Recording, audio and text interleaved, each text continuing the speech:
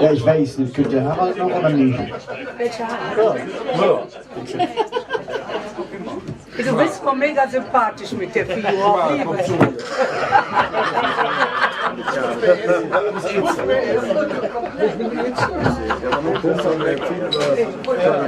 Guck mal, die Figur von ihm, da kommen zwei von uns.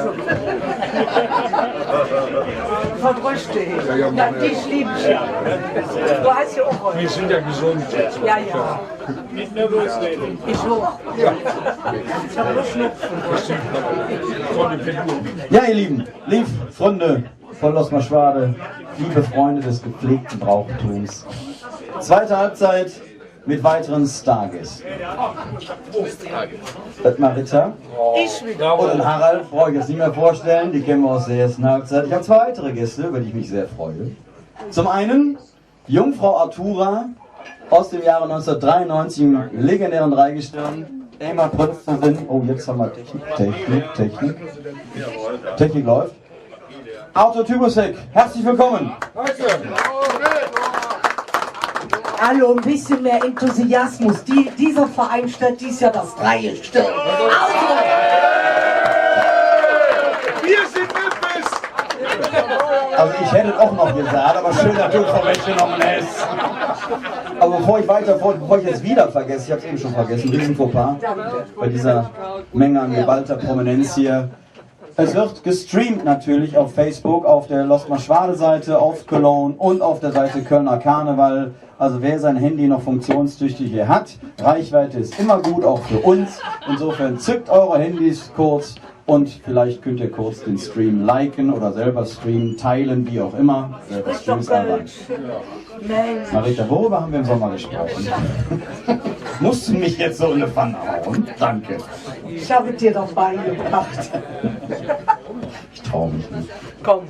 Nein, wir haben noch weitere Gäste natürlich. Also zu dir komme ich gleich noch. Ich begrüße ganz herzlich Hans Kölschbach, auch Jungfrau, also 2001 zumindest, im Kölner Dreigestirn, im Kölner Karneval. Herzlich willkommen, Hans Kölschbach. Zurzeit Präsident der Altstädter, 1922 e.V. Läuft. Arthur, zu dir zuerst ganz kurz. Wie gesagt, Jungfrau Artura, Kölner Dreigestirn, hatte ich gesagt. Wer Arthur nicht kennen sollte, das werden die wenigsten sein, aber vielleicht schauen uns ja auch welche aus Franken, aus Bayern, aus Brandenburg zu bei Facebook. Sei gesagt, er ist eben auch aktuell, Marita hat es gesagt, der Präsident der Nippeser Bürgerwehr 1903 e.V.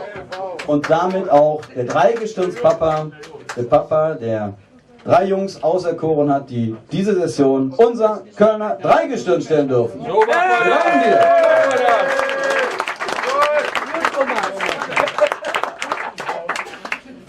Arthur war auch politisch aktiv im Rat der Stadt Köln von 1994 bis 2004, also 10 Jahre Ratsherr und 8 Jahre auch Schatzmeister der Kölner CDU.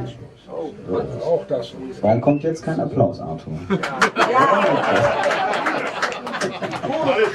Ich denke, das liegt an Berlin. Ja, das wird sein, genau.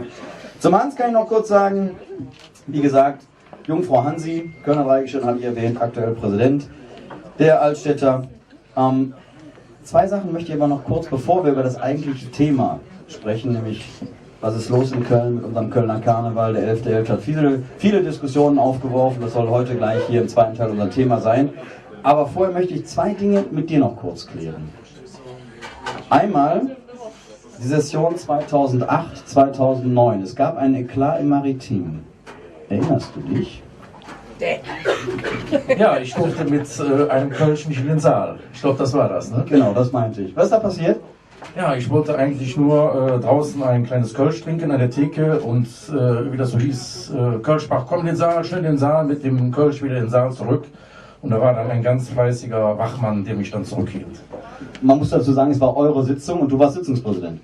Nee, ich war nicht Sitzungspräsident, das war schon der Norbert Haumann, aber ich weiß gar nicht, welcher Redner auf der Bühne war und er wollte unbedingt, dass ich zur Bühne komme und da wollte ich halt so mal schnell mit dem Kölsch in den Saal, aber das ist natürlich im Maritim wie auch in allen anderen Sälen, wo es kein Kölsch im Saal gibt, natürlich verboten. Und der Ordner natürlich sehr richtig, was er gemacht hat, hat mich dann zurückgehalten.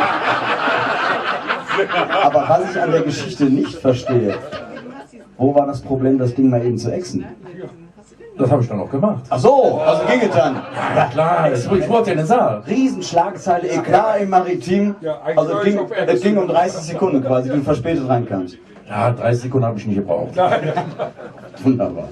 Ja, und ja, 15, 16 hast du uns allen einen ganz großen Schrecken eingejagt, ne? Ja, da hatte ich mal ein kleines gesundheitliches Problem, aber das ist alles wieder beseitigt, alles wieder gut.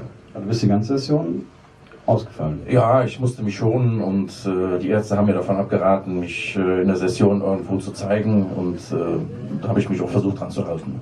Okay, wollen wir nicht weiter vertiefen, es ist alles wieder Jod, es ist Jod hier Jange und perfekt. Ich hätte noch immer Jod gegangen, ja. So ist es. Ja, der 11.11. in diesem Jahr in Köln hat viele Diskussionen aufgeworfen. Wie ist eure Meinung dazu? Stand der Dinge? Seid ihr der Meinung, das war eigentlich alle Jahre vorher auch nicht anders? Oder habt ihr es anders wahrgenommen, dass es schlimmer war? Also, was meint ihr dazu? Also ich war am 11.11. wie jedes Jahr natürlich auch wieder am Heumarkt. Diesmal auch in anderer Funktion mit dem designierten Dreigestirn. Ich habe es schon so empfunden, dass es eine deutliche Steigerung war im Vergleich zu den letzten Jahren.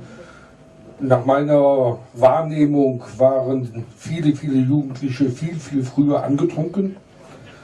Es war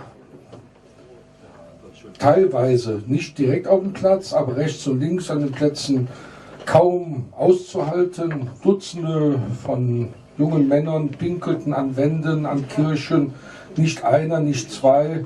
Da standen manchmal 15 oder 20 nebeneinander. Viele junge Leute betrunken, junge Damen, ich sag mal vielleicht sogar junge Mädchen, angetrunken, auf dem Boden liegend, zwischen ausgeschütteten Kölsch und sowas. Ich habe es in diesem Jahr als wirklich sehr extrem empfunden.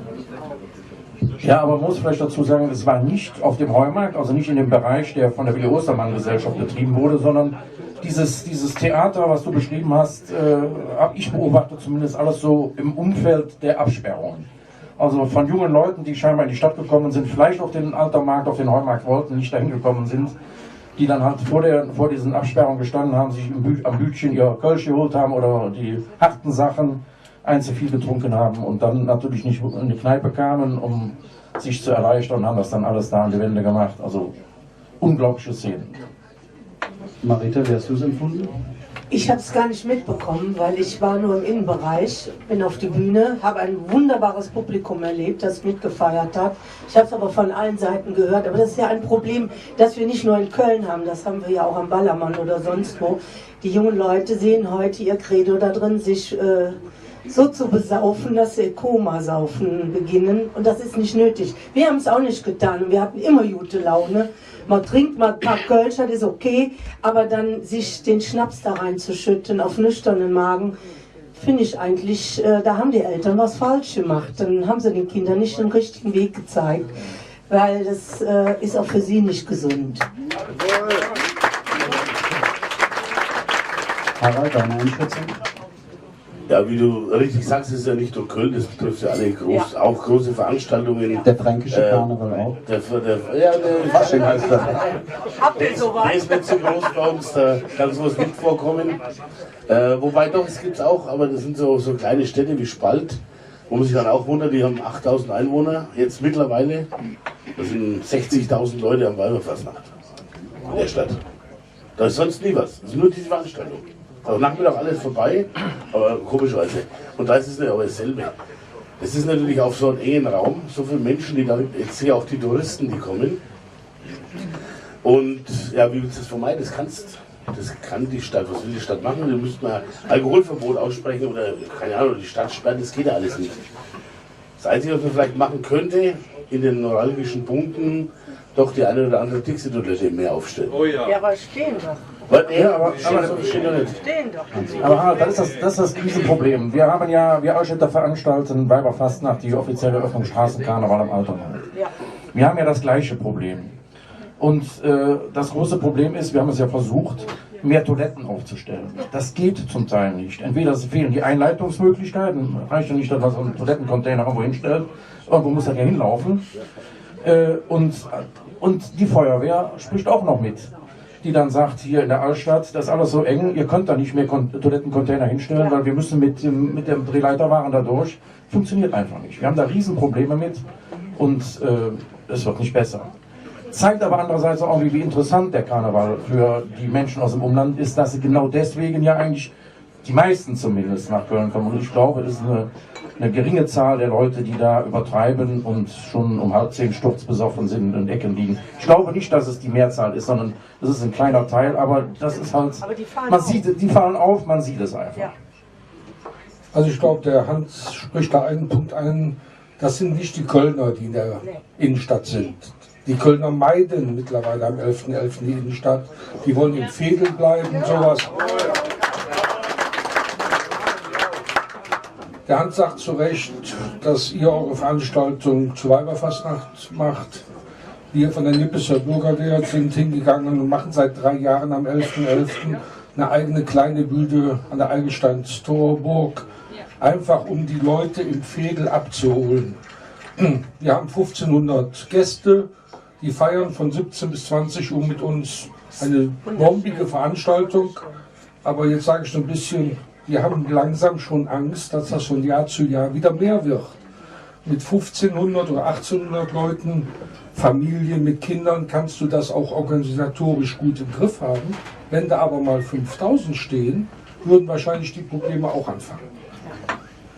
Hans, jetzt frage ich dich, du bist ja auch Vorsitzender des Beirats im Festkomitee Kölner Karneval.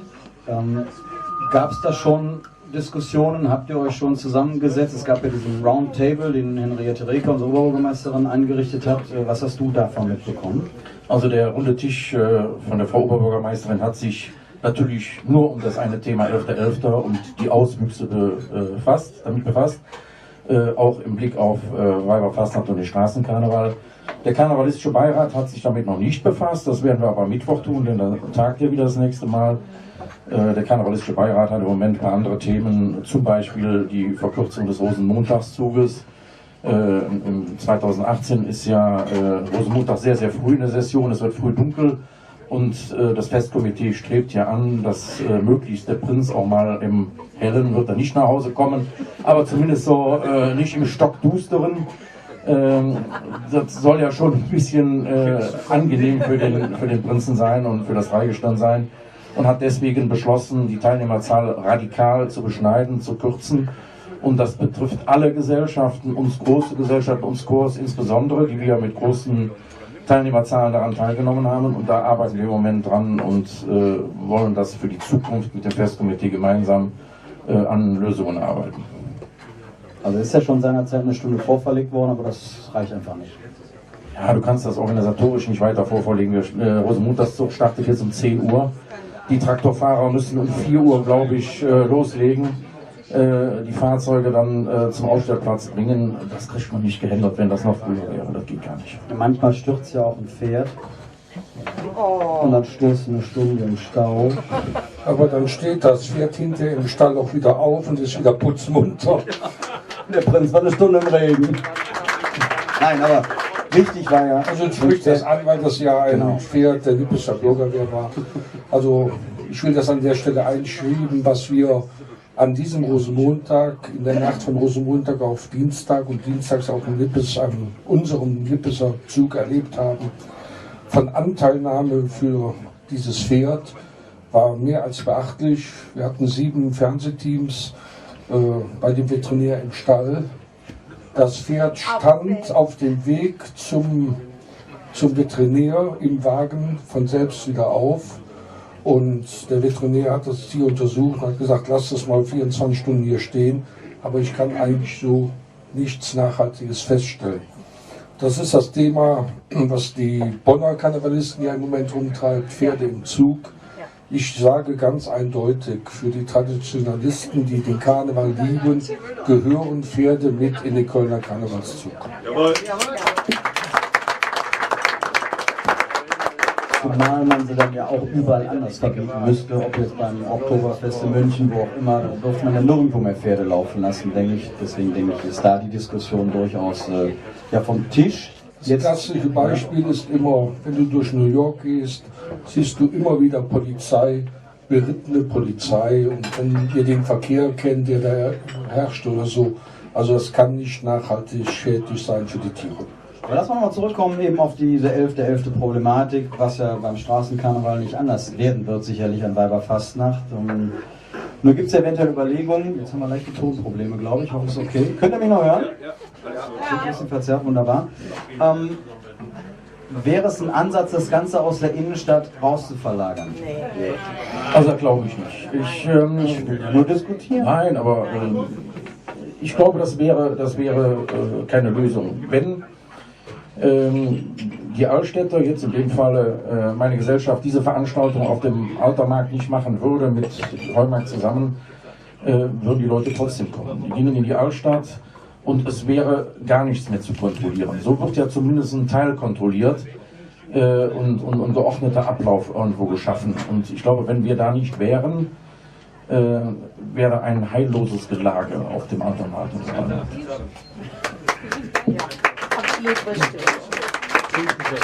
Zülpicher Straße. Wenn ich das sagen darf, an der Zülpicher Straße, wo es also keinen organisierten Karneval gibt, die Anwohner klagen unendlich, es wird geklingelt. Pinkeln in den Hausflur rein. Die Hausflure werden Mit Mikro. Ja, Können ich Sie hab nicht da hören? Angst vor. Der Willi Stoffels, auch bei der Ehrengarde, der hat Bilder gepostet auf Facebook, wie sie ihm massenweise im Hausflur an die Wand gepinkelt haben. Und ich finde das so schlimm. Aber das sind wieder die jungen Leute gewesen, ne? Ja, also mein Mann Ich will nichts gegen junge Leute sagen. Nein, ich verstehe das auch kommt keiner. blöd rüber, aber es ist aber immer so. Aber der ehemalige FK-Präsident Markus Rutterbach hat ja immer gesagt, der Karneval ist ein Spiegelbild der Gesellschaft. So, Okay. dann ist es, glaube ich, ja das, was du eben meintest, Ja. dass man vielleicht zu Hause so ein bisschen an der Erziehung arbeiten sollte, Vielleicht, dass solche Saufgelage im Alter von 14, 15 nicht unbedingt passieren. Ich will es jetzt nicht nur auf die Jugendlichen schieben, um Gottes Willen. Die Das sind ist auch ein noch bisschen andere, die älter sind- als 14, 15, aber es sind halt die jungen Leute, die halt ihr Credo da drin sehen. Und das ist schade. Wenn sie in einer Gesellschaft sind, haben sie ja noch eine gewisse Anbindung und auch ältere Leute, die zu ihnen stehen und ihnen zeigen, dass Karneval nicht Saufen ist, sondern Karneval heißt aus dem Herzen Spaß haben. Und wenn sie das verinnerlichen, hört die Sauferei auch auf. Da bin ich bei dir. Außerdem ich organisiert bin, bin ich auch weniger. Wer war das? Älter wie 14? Wer ist das? Da frage ich direkt mal die beiden Präsidenten, wenn sie hier stehen. Tun die Gesellschaften genug, um die Jugend zu locken, oder ist das in der Gesellschaft aktiv zu sein für die Jugendlichen von heute nicht mehr so hip? Ja, also ich spreche jetzt mal nur für die Altstädter. Die Altstädter haben einen riesen Zulauf an jungen Leuten, die den organisierten Karneval feiern wollen, die in Uniform, sicherlich ist auch die Uniform sehr attraktiv für junge Männer bei jungen Frauen. Das hilft das wahrscheinlich schon sehr. Ne? Auch bei Älteren, junge Männer bei älteren Frauen in Uniform. Ja, Hauptsache in Uniform. Auch nicht, da geht aber auch manchmal. Hauptsache Kränzchen. Ja, aber die Uniform ist schon, schon attraktiv. Sexy, ja. Und natürlich die Möglichkeit, auf Bühnen zu kommen, auch am Rosenmontagszug teilzunehmen. Ja. Das ist ja mit einer der Probleme der Länge des Rosenmontagszugs, weil die Chors wir in unseren Satzungen und Verpflichtungen haben, dass jedes Mitglied im Rosenmontagszug mitgehen muss. Nicht darf, sondern muss. Und wir versuchen das auch alles umzusetzen und dadurch können die Leute natürlich mal im Rosenmontagszug teilnehmen. Das ist bei anderen Gesellschaften nicht so einfach möglich. Also, was der Hans da sagt, ist vollkommen richtig. Gerade die Traditionskurs haben enormen Zulauf. Wir haben mittlerweile sogar Aufzüge mit so vielen Leuten, dass wir mit 2 Bussen, einem Doppeldeckerbus, manchmal gar nicht mehr hinkommen. Bei vielen kleinen Bühnen ist das ein Problem. Das heißt, die Jugendlichen, die sich für den organisierten Karneval interessieren, die Spaß dran haben, in schönen Uniformen, in auffälligen Uniformen, in orangen Uniformen, richtig dazu.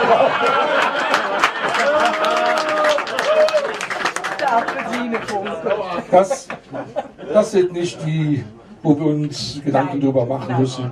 Aber das sind eben nur, ich sage jetzt mal 500 jedes Jahr, die wir auffangen können. Die große Masse sind die Unorganisierten. Ja, das ist richtig.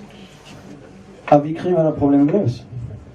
Wo sind denn jetzt die Lösungsansätze, damit sich diese Szenen nicht wiederholen? Oder war es doch von der Presse lanciert, um vielleicht Auflagen zu erhöhen, dass alles viel negativer dargestellt wurde, als es tatsächlich war?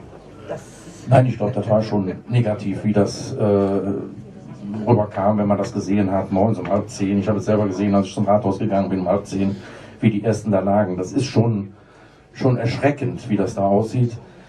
Aber das ist, glaube ich, kein Problem des Karnevals. Das ist ein Problem unserer Gesellschaft und das kann der Karneval nicht lösen. Der Karneval muss sicherlich sich Gedanken darüber machen, wie er dem begegnet, um diese Exzesse nicht mehr so zu haben. Es war ein Samstag, mag sein, dass es dadurch einfacher war für die jungen Leute, einfach in die Stadt zu kommen, mussten nicht arbeiten, mussten nicht in die Schule und konnten am nächsten Tag ihren Rausch ausschlafen, wenn sie denn bewusst zum Trinken in die Stadt gefahren sind. Das wird vielleicht nächstes Jahr, das ist ein Sonntag, vielleicht auch in ähnlicher Weise so sein. Da werden sie vielleicht ein bisschen früher nach Hause fahren, um dann den Rausch auszuschlafen. Aber dann normalisiert sich das, glaube ich, wieder. Aber trotzdem können wir dann nicht sagen, das ist wieder besser geworden. Wir haben das im Griff. Dieses Problem haben wir Karnevalisten nicht im Griff. Wir Karnevalisten kriegen das auch nicht im Griff. Das ist ein Problem der Gesellschaft. Also ist es eine... Richtig. Kleiner Applaus. Von ihm, von einem. Ja, mein Co-Kamerad. Nein, also ist es sozusagen eine Resignation des organisierten Karnevals vor der Situation? Nein, ganz und gar nicht eine Resignation. Aber wir alleine können das nicht stemmen. Das können die Karnevalisten nicht. Weil es ein Problem ist der Gesellschaft. Und wenn wir alle, so wie... Immer noch. Ich wollte sagen, Pusti Schulze gesagt hat... Kennt euch erst 2 Jahre. Ja, wir kennen uns, wir haben uns eben kennengelernt. So wie er sagte, das ist eine Frage der Erziehung der Kinder.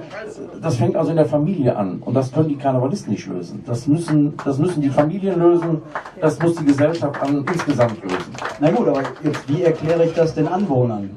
Die sagen, okay, das Problem sehen wir, das sollen die zu Hause lösen, aber wenn ihr diese Veranstaltung nicht hättet, dann kämen sie alle nicht hierher. Das sehe ich eben nicht so, die kommen trotzdem.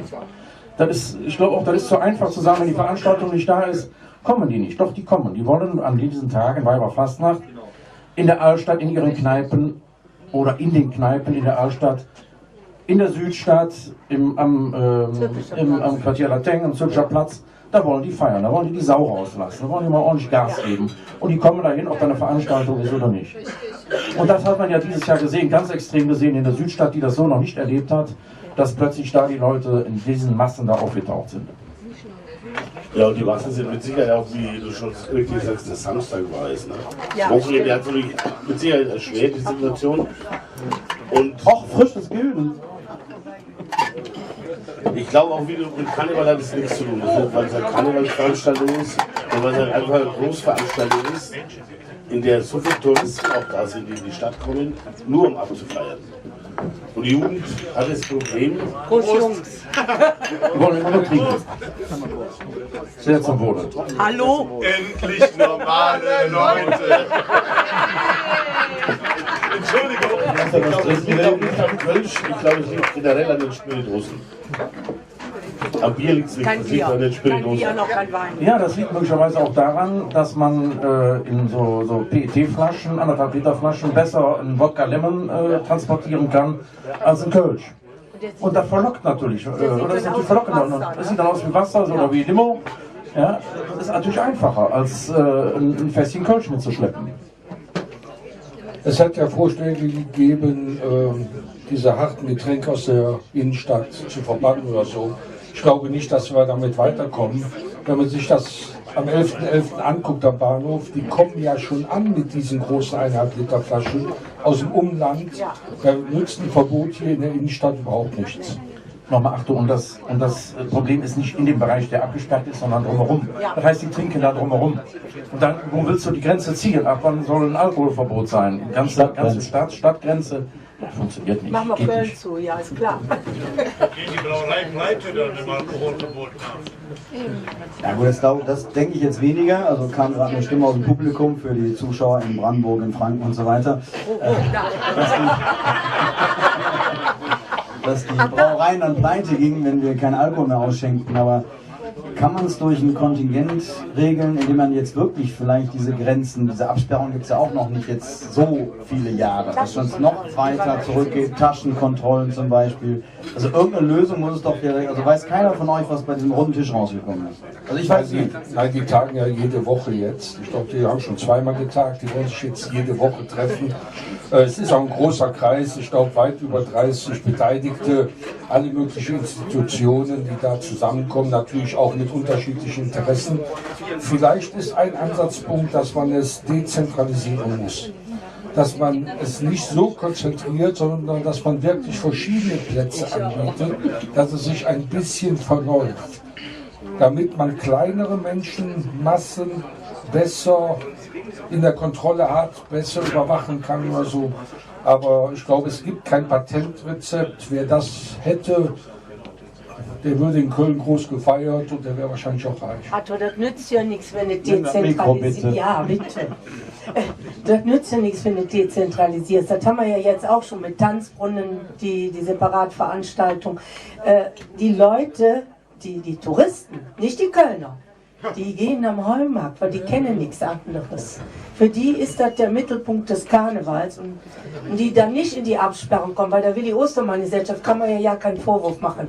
Bei denen ist alles wunderbar gelaufen und ich muss auch Danke sagen an den Ralf Schlegelmilch dafür, dass er wirklich sein ganzes Herz und seine ganze Kraft in diese Veranstaltung legt. Da drinnen war ja alles in Ordnung und das ist ja schon riesig. Der abgesperrte Bereich. Das sind ja nicht nur 10 Mann, das sind ja Tausende.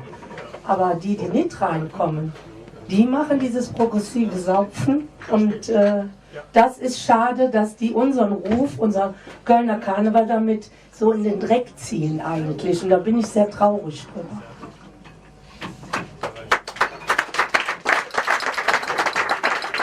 Ja, aber wie hoch schätzt ihr denn jetzt so den prozentualen Anteil derer, die jetzt wirklich nur zum, du hast eben gesagt, Komasaufen hierher kommen und den Brauchtum irgendwo, das Brauchtum irgendwo kaputt machen? Also ich würde den im niedrigen einstelligen Prozentbereich sehen. Doch, das sind Leute, das sind ganz wenige. Die meisten, die wollen in Ruhe in ihren Kneipen, in ihren Stammkneipen feiern. Da passiert überhaupt nichts. Das sind wenige, wirklich wenige Leute, die vor den Zäunen dieser Absperrung stehen, die dann auch am Severinskirchplatz, Zülpicher Straße, Südstadt, die da über die Stränge sind. Es sind wenige, aber die fallen extrem auf. Das ist der Unterschied. Es sind wenige, aber die fallen extrem auf. Weil alle da drauf gucken, ne? Genau. Alle gucken nur auf die Besoffenen und das wird dann zum Mittelpunkt gemacht. Die Presse stürzt sich natürlich Ja, das war drauf. mein Ding. Ja, Das weil der Presse Skandal so ist ja viel interessanter, als wenn sie was Schönes schreiben.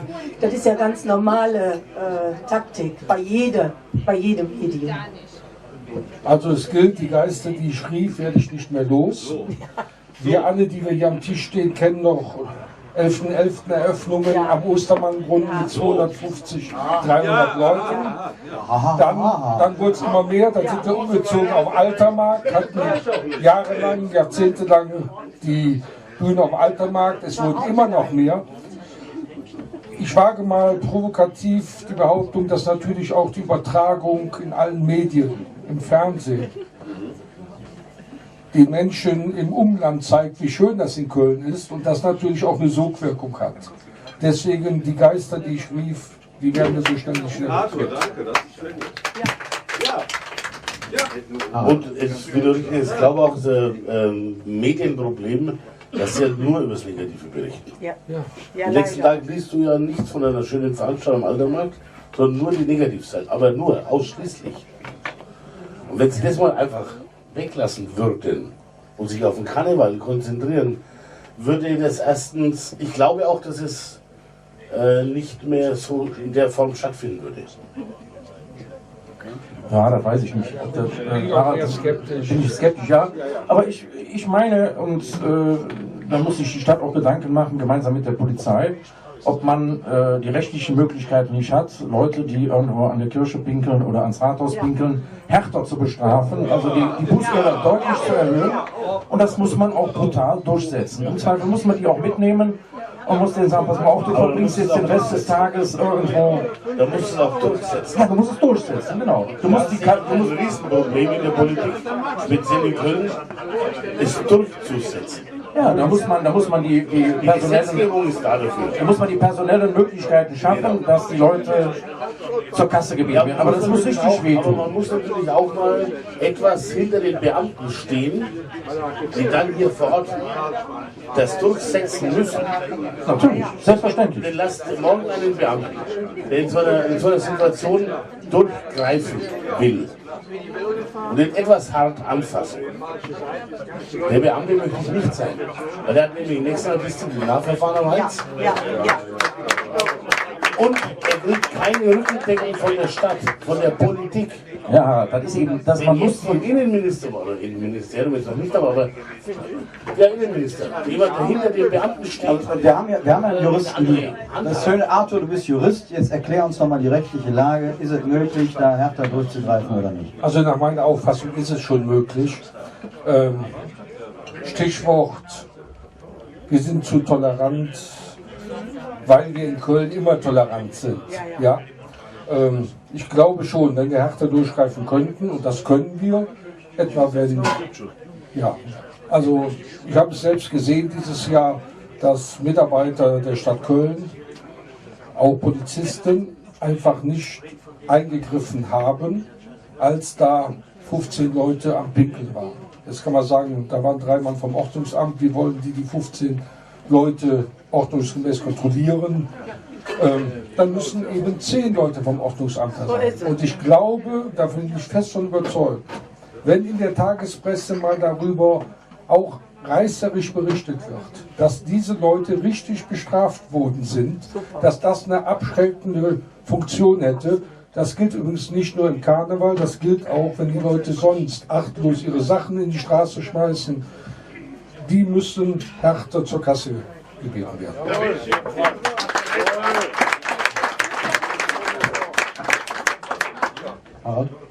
Wie gesagt, ich sehe das reines politisches Problem, weil in der Politik niemand dieses Rückgrat hat, sich auch vor eine Kamera zu stellen und es klar zu äußern. Und dann auch, wenn eine Situation passiert, zu der Situation zu stehen. Ich kenne niemanden, der dazu steht. Und das ist jetzt der Unterschied. Ich komme ja aus Franken, deswegen kann ich ein bisschen Werbung für Bayern machen. Also, man kann es auch nicht vergleichen, weil es auf einem sehr begrenzten Raum der Stadt auch natürlich nur stattfindet, die Wiese. Deswegen ist es jetzt nicht zu vergleichen mit einem Oktoberfest, mit einem Karneval, der in der ganzen Stadt. Das ist natürlich ein riesen und an der Fläche ist es schon gar nicht zu machen. Aber in den neuralgischen Punkten, ich sage mal in einer Peripherie von 300 Meter um den Altermarkt oder um irgendwelche Kirchen, um den Dom zum Beispiel. Also wenn ich das nicht in den Griff kriege, dann soll ich mich schon fragen, was die anderen den ganzen Tag im Stadtrat machen, wenn die nicht mehr in der Lage sind, 100 Meter Dom zu schützen. Dann wird das Vollkommen richtig, ja. 10 Jahre Ratsherr. Wie sieht die Lage aus? Was soll ich sagen, als ich im Rat war, wurde nicht dagegen gepinkelt. wäre wahrscheinlich nicht ganz richtig. Sowas. Nein. Aber das Problem liegt ja in der Tat viel tiefer. Es ist ein gesellschaftliches Problem. Aber wir müssen als Gesellschaft aufpassen, dass wir das nicht weiter hinnehmen. Wir müssen uns dagegen wehren, so dass wie wir uns auch gegen viele andere negative Entwicklungen wehren müssen. Vielleicht hinkt der Vergleich stark, aber wir wissen, vor 20 Jahren, 25 Jahren konntest du nicht durch New York gehen, weil das überall kriminell war. Da ist hart durchgegriffen worden, sehr hart durchgegriffen worden. Heute gehört New York zu den sicheren Städten und ich glaube, wenn man hart durchgreift, und zwar nicht willkürlich, sondern bei denjenigen, die sich nicht an unsere gesellschaftlichen Regeln halten und es publik macht, dass hart durchgegriffen wird, ist es beim nächsten Mal schon viel, viel besser. Wolltest du entgegnen, oder? Nein, ich bin absolut bei ihm. Mikro. Weil es ist ja auch nicht nur den Fußball, auch die Stadien. Es ist überall das Problem. Und es ist, wie gesagt, auch meiner Meinung nach ein geringer Prozentsatz, den das überhaupt betrifft. Weil es sind in Köln 1 Million Einwohner und da sind mit Sicherheit nochmal 600.000 Touristen da. An dem Tag, wenn es überhaupt reicht, ist nochmal 1 Million, du hast 2 Millionen Menschen in der Stadt. Und dann sollen es 1000 Leute sein, die es betrifft. Mehr ist das nicht. Bei 2 Millionen, das ist also verschwindend gering, die Zahl, die es betrifft. Und genau aus dem Grund begreife ich es nicht. Wenn die Zahl andersrum wäre, dann wäre mir klar, wie willst du das als Stadt in den Griff kriegen? Aber es geht ja nicht um eine Fläche von ganz Köln, sondern es geht ja um ganz genaue Punkte, die auch vorher schon bekannt sind. Also wenn ich das in den Griff kriege, dann wie gesagt. Also ich sehe, der Tenor geht dahin, dass wir keine Patentlösung anbieten können, aber ich denke einfach mehr Personal aufgestockt. Nee. Die müssen den politischen Rückhalt haben, dass wenn sie es durchsetzen. Doch du kannst doch nicht von den Beamten verlangen, der für 2000 € sich den Kopf dahin halten muss. Nein, da gebe ich dir recht, aber wenn du jetzt... Und wenn er mal durchgreift, kriegt er auch noch eine verbraten. Du hast 50 Wildpinkler und hast einen vom Ordnungsamt, das wird dir nicht helfen. Deswegen brauchst du schon ein bisschen mehr Personal. So, und die müssen halt mehr durchgreifen. Ich glaube, das ist so der Tenor, den wir haben. Wir werden weiter unser Brauchtumsfest zelebrieren, weiter feiern, das ist auch gut so. Und ich möchte jetzt eigentlich auch nicht nur am heutigen Abend das Negative hier so in Anführungsstrichen. Sollen wir doch mal was zum Schütten? Guck mal, wo ich doch den Dreigestirnsbach habe. Jetzt lassen wir noch mal ein bisschen den Nippelser Bürgerwehr hochleben. So ist das. Jetzt kommen wir zu den schönen Seiten in Kassel. Genau. Damit auch die Zuschauer in Brandenburg, in Franken das mitbekommen. Ja, dann. Arthur, ich weiß, also Auch ich hier glaube, Ostdeutschland. bei unserem Treffen Altes trifft Neues Dreigestirn hat der Michael mir, glaube ich, gesagt, am 20. Juni habt ihr die Nachricht bekommen. Ich habe das Datum nicht genau im Kopf. Ich hatte nur hinterher gedacht, es war zumindest nach Mickys Hochzeit. Wir haben uns unten am Wörthersee getroffen, wir sind im gleichen Taxi gefahren. Ja, gefeiert, genau. Ja. Da sieht der Sack nicht einen Ton. Natürlich hat der Sack nichts gesagt, aber So kenne ich den gar nicht. so verschwiegen. Ja. Also für die auswärtigen Besucher, es ist in der Tat so, seit November letzten Jahres arbeitet die Nippelser Bürgerwehr daran, in der Session 2018 das Dreigestirn zu stellen. Das machen wir nicht so willkürlich, sondern es gibt einen einfachen Grund. Ich glaube, wir können als Kölner im Jahr 2018 ein ganz besonderes Dreigestirn den Kölnerinnen und Kölnern präsentieren. Deswegen, als Präsident ist man immer froh, wenn man stolz, wenn man ein Dreigestirn stellen kann. Ich darf sagen, ich bin besonders stolz, weil ich kann den Kölnerinnen versprechen, ihr bekommt ein tolles Dreigestirn, ein ganz besonderes. Wir gehören zur Nippelser Bürgerwehr, zu den Traditionskosten, die auch nicht so häufig das Dreigestirn stellen. Ja. Wir sind in der schönen zeitlichen Abfolge. Wir haben vor 40 Jahren das Kölner Dreigestirn gestellt. Wir haben vor 25 Jahren das Dreigestirn gestellt, vor 15 Jahren. Und jetzt sind wir wieder dran. Und wenn man etwa an das Dreigestirn von 1993 denkt, mit einem legendären Prinzen, sind die Grenzen, sind die Anforderungen. Die Latte liegt hoch, wenn man Die 93 Latte. sieht. So ist das. Aber die Bürgerwehr ist in der Lage, die Latte zu erreichen. Wir können uns auf ein tolles Dreigestirn mit 3 tollen Kameraden freuen. Also davon bin ich auch überzeugt. Ich durfte die 3 ja auch in einem vertraulichen Gespräch, auch mal ohne Festkomitee und so weiter, ohne den ganzen Aufpassbaubaus kennenlernen. Ihr wisst ja alle, wie es ist. Und nee, das wird eine richtig gute Session. Da freuen wir uns auch. Wir können noch nichts verraten. Die 3 sind ja auch noch in der Vorbereitung. Man kennt das ja bei der Pripro am 5. Januar. Ne? 5. Januar. Noch gehören die 3 mir. Genau.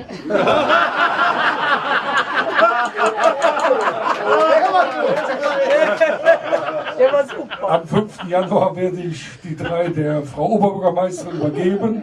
Und ich habe der Henriette Reker schon gesagt, liebe Henriette, du bekommst sie, aber nur mit dem Versprechen, ich möchte die nach Rosenmonach gesund an Körper und an Geist wieder zurückhaben. Schwierig.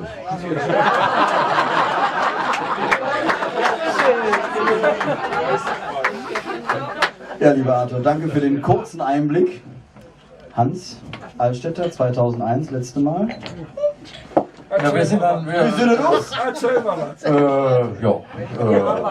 Wir arbeiten dran. Nein, das darfst du nicht verraten. Das darfst du nicht verraten, ob wir dran arbeiten. Wir wären stolz, so einen Dreigestirn zu haben, wie die Nippeser Bürgerwehr dieses Jahr ins Rennen schickt.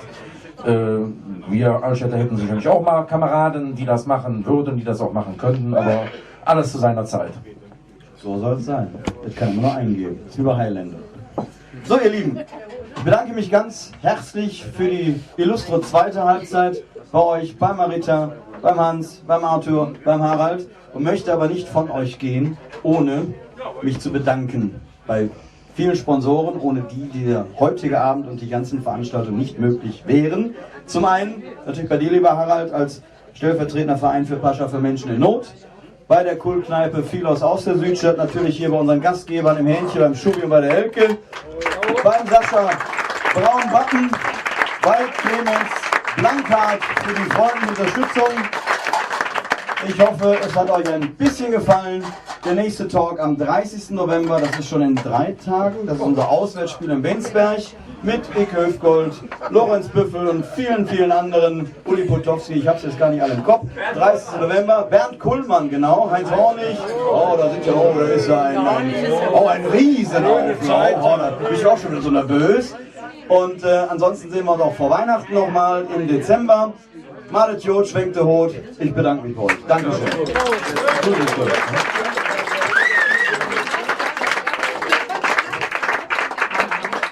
Mal bleibst du im Saal. Versprochen. Versprochen. Einmal Kuckuck. Einmal Kuckuck. Mit dem Geld. Ich